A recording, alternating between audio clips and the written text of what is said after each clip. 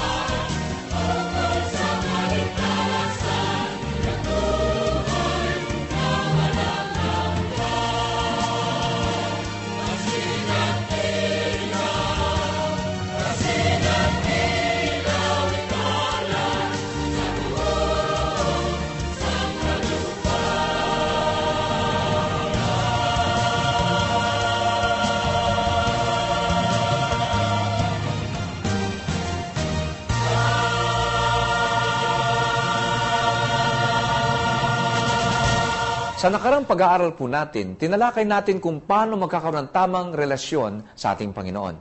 Kabilang na po dito yung pag-evaluate sa ating pamumuhay at pagsunod. Now, sa pagsunod sa Diyos, mapasok ang tamang pagdidesisyon. Talakayin po natin ang paksang My Most Important Decision. Ang ating pong pagtutunan ng pansin ay mga desisyong tiyak na magpapaliwanag ng ating ilaw bilang mga Kristiyano. Una, magdesisyon po tayong sabihin sa ating mga kapatid ang totoo. Ito po yung basa natin sa Efeso 4:25. Meron po kayo Bibliang hawak ngayon, tinampunin nyo Efeso 4:25, ganito po nakasulat. Kaya nga, pagkakatakwil ng kasinungalingan ay magsasalita ang bawat isa sa inyo ng katotohanan sa kanyang kapwa, sapagkat tayo'y mga sangkap na isa't isa sa atin. Nakita po ninyo? Ang tinutukoy dito ni Pablo ay hindi lamang yung simpleng pagsasabi ng katotohanan. Dahil maniwala man po at hindi, kahit sino may kapasidad na magsabi ng totoo. Hindi po ba? Ito na ba yung engagement na nagbigay sa inyo, Michael? Sino pa? Pangit. Sobra ka naman. Bakit? Totoo naman ah. Tingnan mo kaya simple-simple ang luwag pa sa'yo. Malay mo sa bangketa lang binili to, no?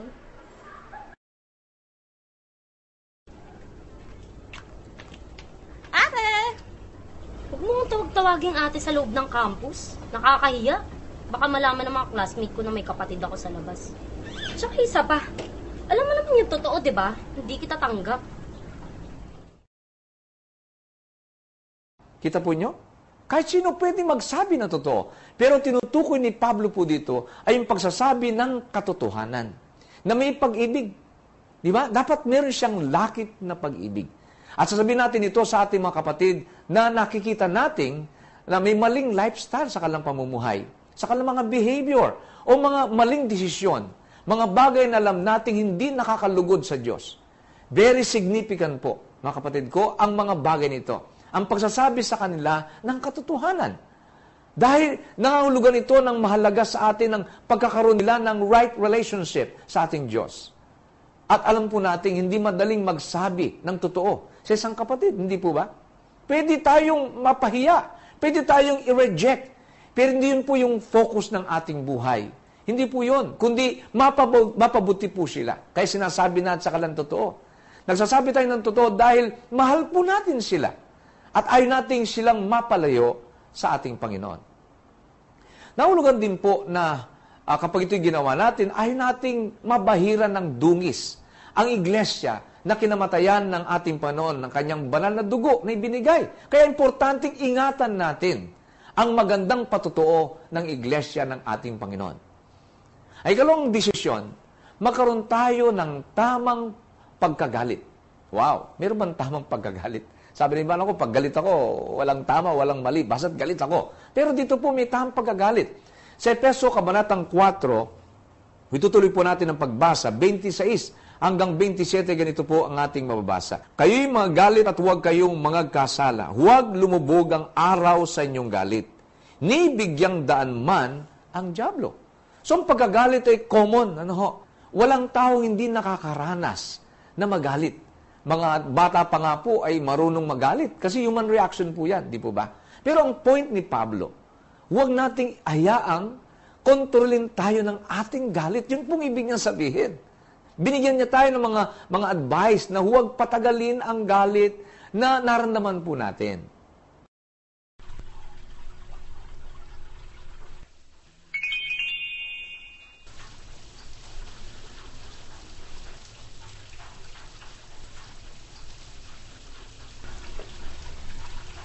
Hindi ka nga dito. Ikaw kasi masyado akong matampuhin. Kaya nga, sorry na. Alam mo naman din na ako nakakatulog na may gusto tayo eh. Peace? Please. Alam po niyo, totoo yan. Kailangan makipagkasundo agad tayo. Kagad po tayo na makipag-ugnay. Huwag nating alagaan yung ating galit. No? Ito po hindi maganda sa ating mga puso, sa ating mga pamumuhay. Na nagiging settled disposition na natin ito. Hanggang sa madagdagan ang masamang iniisip o ginagawa po natin sa ating mga kagalit.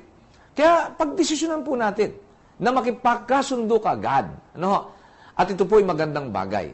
Ay katlupong bagay na ating pong pag-aralan ay pagdesisyonan po nating huwag magnakaw. Ayan. Medyo mabigat po ito. Sa Epeso, itutuloy po natin ang pagbasa sa talatang 28, 4:28. Ang wika po sa atin ni Pablo, ang nagnanakaw ay huwag nang magnakaw pa. Bagkus magpagal na igawa ang kanyang makamay ng mabuting bagay upang siya'y may maibigay sa nangangailangan. Alam niyo, hindi lang po pera ang pwedeng nakawid ng tao. Maraming tao nagiging magnanakaw dahil sa katamaran. Yung tinatawag nating dishonesty.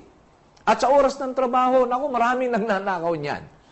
Yung pakuya-kuyakoy at palakad-lakad lang na nag-uubos tayo ng oras sa opisina pero wala tayong mga ginagawa, maghapon. 3 oras lang tayo nagtatrabaho pero pang 8 oras ang sweldo natin. Di ba napaka-unfair po niyan? Pag nanakaw din po yan. Kayo nang nanonood ngayon na meron kayong ganung mga ginagawa, yan po isang malaking kamalian. Mga kapatid, mga kaibigan, pagdesisyonan po nating maging tapat sa paggawa. Hindi para may maitulong tayo sa ating mga sarili, kundi meron tayong maitulong sa mga nangangailangan din sa atin. Tulad po ni Cornelio. Pag binasa po natin yung Gawa, Kabanatang 10, ang talatan po ay 4, mabasa po natin yung lifestyle po ni Cornelio. Isa siyang napaka-generous na tao. Ika sa atin ng Biblia. At siya sa pagtititig niya sa kanya, at sa pagkatakot niya ay nagsabi, ano ito, Panginoon? At sinabi niya sa kanya, ang mga pananalangin mo at ang iyong mga paglilimos ay nagpapailang lang na isang alaala sa harapan ng Diyos. Nakita po niyo, kapag talaga po tayo nagbibigay, ito po isang malaking kaluguran sa harapan ng Diyos. Ikaapat po, iwasang gumamit ng masasamang mga salita. Epeso 4:29, ating pong balikan yung ating pong aklat na ating pong pinakateksto ngayon. Epeso 4, ang talatang po'y 29, ang wika po sa atin ni Pablo, anumang salitang mahalay ay huwag lumabas sa inyong bibig, kundi ang mabuting ikatitibay ayon sa pangangailangan, upang makinabang ng biyaya ang mga nagsisipakinig. Ang tanong po sa atin ngayong araw na ito, sa ating pag-aaral, gaano po ba tayo kaingat sa ating mga pagsasalita? Kung ang laman ng puso, yun ang lumalabas sa bibig. Yan po sabi ng Biblia. Ang sabi po ng marami, makikilala natin ang isang tao base sa uri ng kanyang mga pananalita. Well, tayo po. Masabi ba natin na mga taong araw-araw po nakasama natin, na nakakausap natin, ganun din mga tao ngayon pa lang natin kausap, na nakikita po na kung sino talaga tayo sa kanila. Yung pagbitaw po natin ng salita. Sapagkat makapangyarihan po ang salita, tatanda natin yan. Yung pong binibigkas natin, maring tayong maging pagkapala o tayong maring maging makasakit sa pamagitan po ng ating mga salita. Maging maingat po tayo. Panghuli, magdesisyon po tayong magpatawad. Maganda po yan. Dito po sa talatang ito, sa huling mga talataan po, 30 hanggang 32, Efeso 4, itutuloy po natin ang pagbasa. At huwag ninyong pigatiin ang Espiritu Santo ng Diyos, na sa Kanya kayo'y tinatakan hanggang sa karawan ng pagkatubos. Ang lahat ng kapaitan, kagalitan, at pagkakalit, at kadaldalan, at panglilibak, at mga alis nawa sa inyo, pati ng lahat ng masasamang akala. At magmagandang loob kayo sa isa't isa, mga mahabagin, na nga magpatawaran kayo sa isa't isa, gaya naman ng pagkapatawad sa inyo ng Diyos kay Kristo. Marami po sa atin ang nahirapan talagang magpatawad. Kasi naniniwala tayong kailangan tayo gumanti. Di po ba? Anak, nagpapakababa na ang asawa mo. Ilang beses na siya nagpunta rito para sunduin kayong mag-iina. Hindi kaya dapat bigyan mo siya ng second chance? Ma, hindi biro-biro yung ginawa niya sa akin. Pinagtaksilan niya ako. Talagang pagsisisihan niya yung ginawa niya sa akin. Kapag nagpapatawad po tayo, inaalis natin ang ating karapatang gumanti. At binibigyan natin sa Diyos ang bahaging yan. Yung sama ng loob. Pinapalitan natin ang kagandang loob. Salit na masama ang ating ibinibigay, tayo po'y nagbibigay pa sa kala ng napakabuting bagay sa kapakanan po nila, na kung saan sila po ay kumbagay tinuturing po tayong kaaway. Pero sabi natin, napakahirap, di po ba? Hindi po madaling pinag-usapan natin. Pero, makaibigan, hindi po ito imposible. Ito po ay posibleng-posible. Bakit?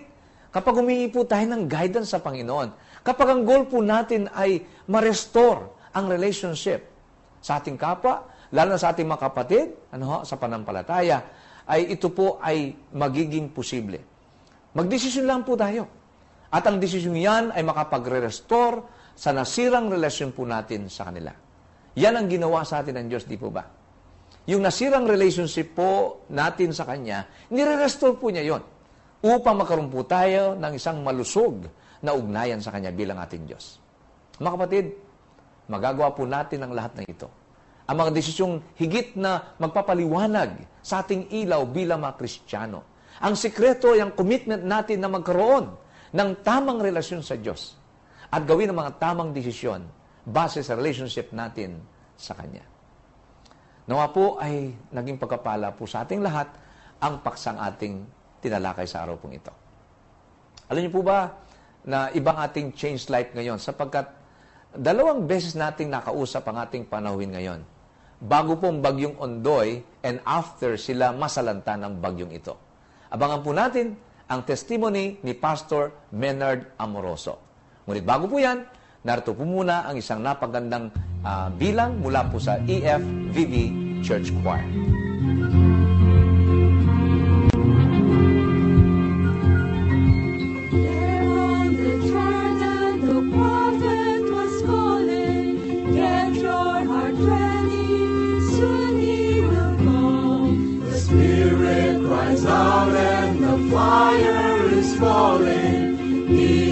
The Savior, He is the one. Out of the clouds came a fastness like thunder. This is my Son, with Him I am pleased. Enter His presence, come see the wonder.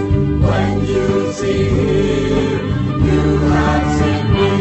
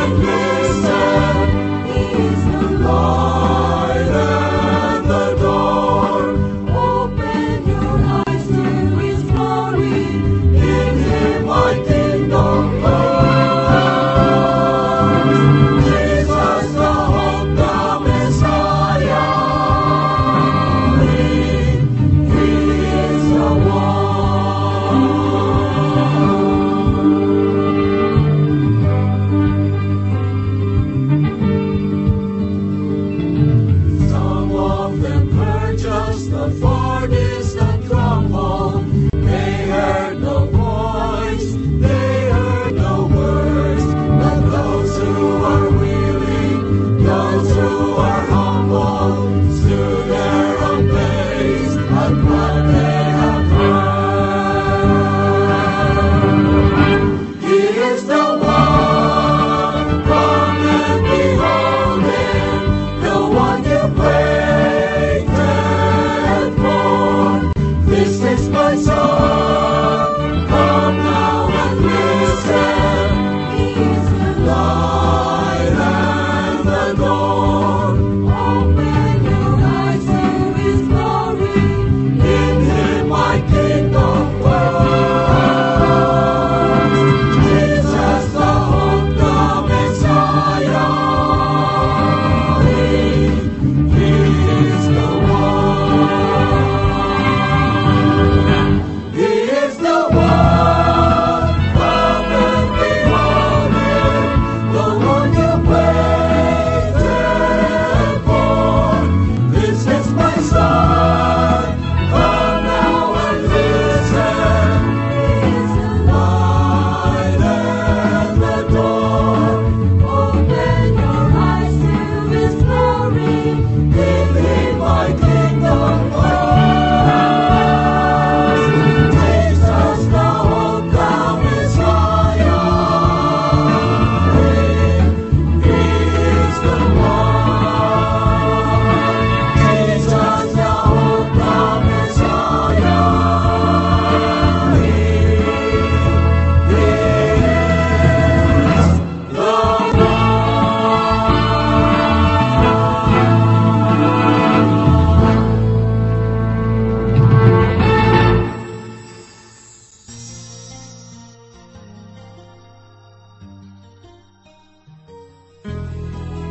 Isang tipikal na pamilya sa Pandacan, Manila, sina Maynard Amoroso. Ngunit sa kanyang kabataan, mayroon na siyang kakaibang kamalayan sa kanyang kapaligiran. Mother ko po ay isang public school teacher. Ang father ko po ay isang dating government employee na naging public school teacher din sa probinsya. So basically, I came from family of teachers. Pang-apat ako sa 5 magkakapatid. Ako yung damit ko sinuot na kuya, pinasa kay kuya at pinasa sa akin. Malapit yung bahay namin sa release ng tren. Hindi naman kami squatter, pero katabi namin squatter. Sa kanan ng side ng bahay namin, mga squatter. Sa kaliwa namin, medyo mayayaman. Sabi nila, black sheep of the family. Kasi non-conformist kasi ako eh. Tapos bigla nag-martial law. Tinawag kami ng father ko, sabi, huwag kayong magsasalta na kahit ano against the government. Imagine a 13 years old no, na nag-explore ng kanyang daigdig. Sasabihin sa'yo, huwag kayong magulo, kayong maingay, huwag kayong magsasalita ng kahit ano. Sa mahigpit na patakaran ng martial law, ay lalong nagpumiglas ang idealismo ni Maynard. Nung high school kasi, part ako ng PETA. Doon ako nagkaroon ng social awareness. Pinatira kami ni Lino Broca sa area for Tondo. Mas matindi pa pala yun doon sa lugar namin. Nagkaroon ng direction na kung ano yung gusto kong mangyari. At ang gusto kong mangyari, palitan yung lahat ng nakikita ko. Kasi because of the evil things around me. Pagdating ko ng college, ang ginigiit ko, baguhin mo man yung tao, hindi mo mababago yung sistema. Kasi pag yung tao nandun na sa sistema, yung taong maayos, masasama siya sa sistema. I want to change the system. How do you eradicate the system? Destroy the system and make another system. So how do you destroy the system? Gera. Mahigpit ang kapit ni Maynard sa ganitong paniniwala. Ngunit minsan, nayanig ang kanyang mga pinanghahawakan. Dumating pala si Billy Graham sa Pilipinas. 1978 yata yun. Hindi ko kilala yung Billy Graham na yan. No? Sa Luneta yun. Nakatakot, daming tao. Ba't ganon? Daming tao. So we went there. Nakikipagdebate kami sa mga to change the system.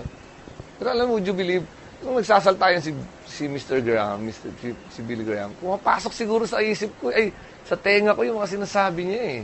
I don't even know kung ano man yun, no? Kung pumapasok.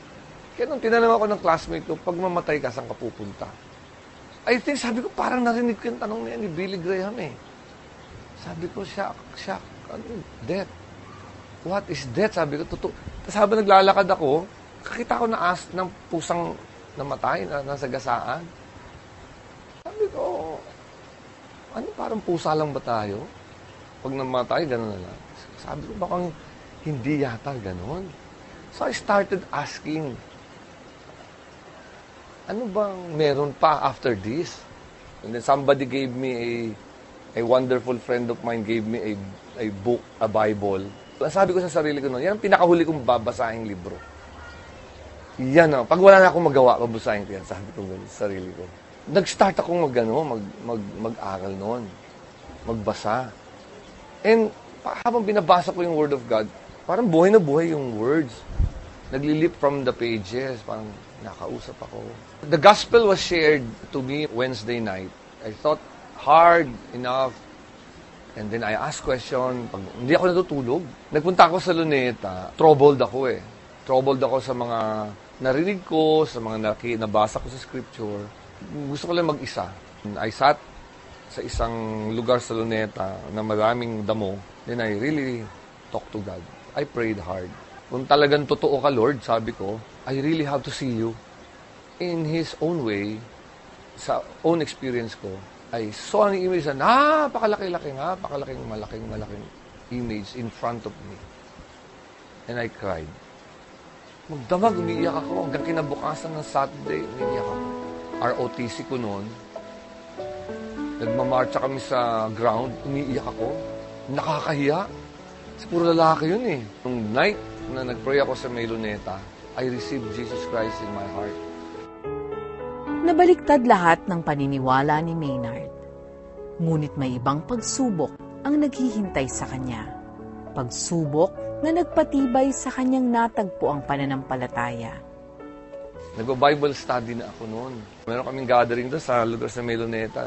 We always gather together, we pray. Pinipicture na kami ng militar. Martial law pa yun eh. Kinulong pa ako because I was accused of being a subversive. So, nakakulong ako. I've learned how to be patient, persistent, and I really learned to talk to God. Yung real value ng prayer, doon ko natutunan.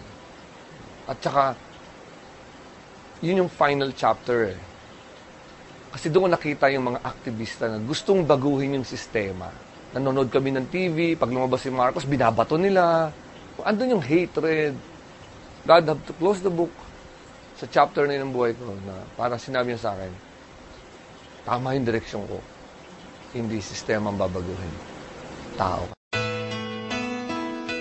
Nakapagtapos sa pag-aaral si Maynard at ilang taon siyang naging bahagi ng isang television network. Bagamat maganda ang trabaho at posisyon, pinili niyang iwan ito dahil sa isang mahalagang gawain.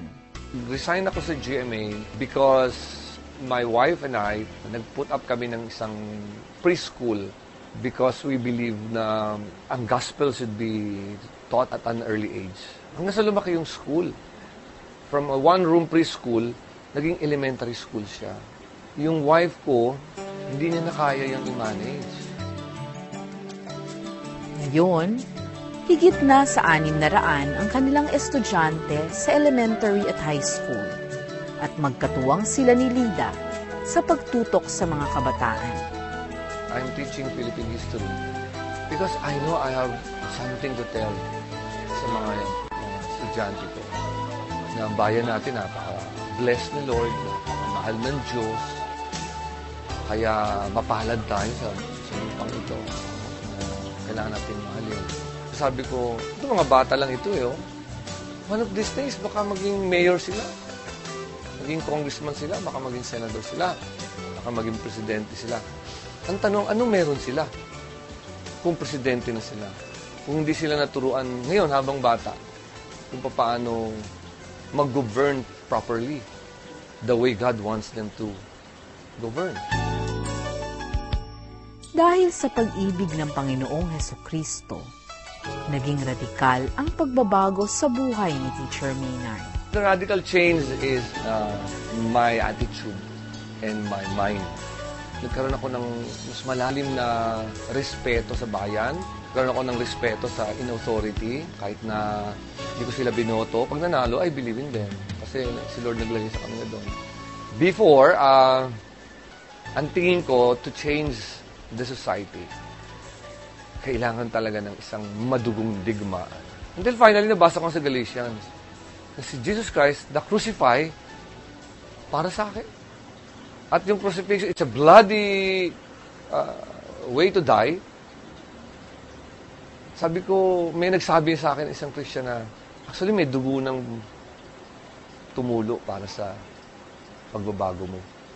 At hindi kinakailangan dugo mo tumulo. It was the blood of Jesus Christ. Kamakailan, dahil sa bagyong Ondoy, nalubog ang buong high school building at ang bahagi ng kanilang main building. Sa harap nito, malaki pa rin ang pagpapasalamat ni Maynard. Ang dami kasi pwedeng ipagpasalamat kay Lord. No? Una nga, hindi siya Friday o hindi siya weekdays na nangyari. Salamat talaga doon. No?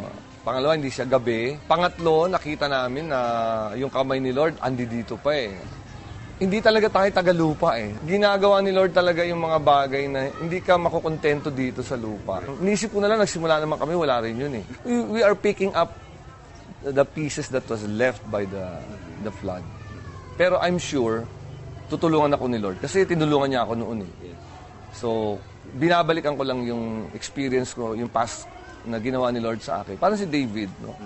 Nung tinirador niya si Goliath, naalala rin niya yung tinirador niya yung mga lion, naalala niya yung mga ginawa ni Lord. Mas na-excite ako kasi ito na, ibabalik na naman ni Lord yung stage na yun na mapakita niya na, anak, ito yung kailangan mo, ibibigay ko yan sa iyo.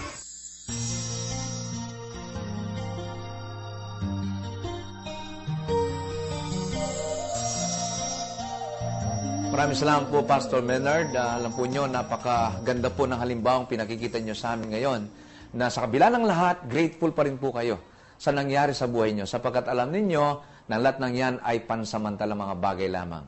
Purihin po ang ating Panginoon. Salamat din po sa EFVV Choir sa napagandang bilang. Mga kaibigan, mga kapatid, muli po pansamantala. Tayo nagpapaalam, magsama-sama po tayo sa patuloy na pag-aaral ng salita ng Diyos. Sa susunod pong linggo, dito lamang po sa Asin at Ilaw.